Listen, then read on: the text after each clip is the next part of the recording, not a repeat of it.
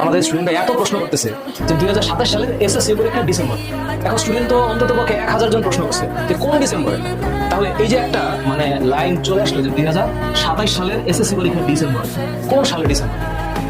তার মানে 2026 ডিসেম্বরে। আচ্ছা, তো 2026 সালের ডিসেম্বর মাসে 2027 সালের স্টুডেন্টরা কেন পরীক্ষা দিবে বা কিসের জন্য পরীক্ষা দিতে হবে? মানে এই তাড়নাটা কোথায় বা এই যুক্তিটা কোথায়? তো প্রশ্নটা আমি কেন করতেছি, কারণ আমি মনে করি একজন এডুকেটর হিসেবে আমি আজকে 19-20 বছর ধরে পড়াচ্ছি, আমার একটা জায়গা তৈরি হয়েছে এই প্রশ্নটা করছি আমি যারা এই পলিসিতে সিদ্ধান্ত নিয়েছেন তাদেরকে, যে 2027 সালের এসএসসি পরীক্ষা ডিসেম্বরে আয়োজনের লাইনটা কি ছিল আমি জানি না, এই কথাটা আদৌ এখানে তাহলে রিপোর্ট আসার কথা না।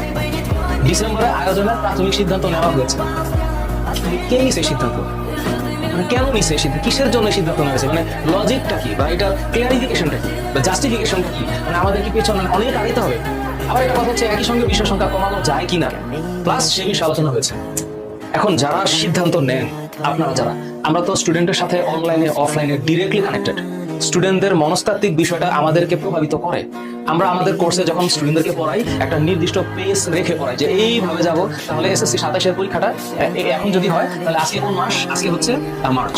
তাইলে আজকে যদি মার্চ হয় তাহলে মার্চের পরে কোথায় হবে বিষয়টা হচ্ছে কি আমরা এখান থেকে একবার ডিসেম্বর পর্যন্ত যাবো। তো এর মাঝখানে যে মাসগুলো আছে, যে April, May, June, July, August, September, October, November, এর মাসের মধ্যে এইখানে এসে প্রি টেস্ট হবে, তারপর এইখানে এসে টেস্ট হবে।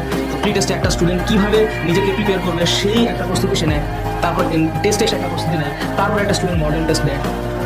আমরা যদি আমাদের দেশে মানে সামগ্রিক পরিবেশ চেঞ্জ করতে চাই বা ভালো কিছু করতে চাই, এটার একমাত্র মাধ্যম হচ্ছে আমাদের এডুকেশন।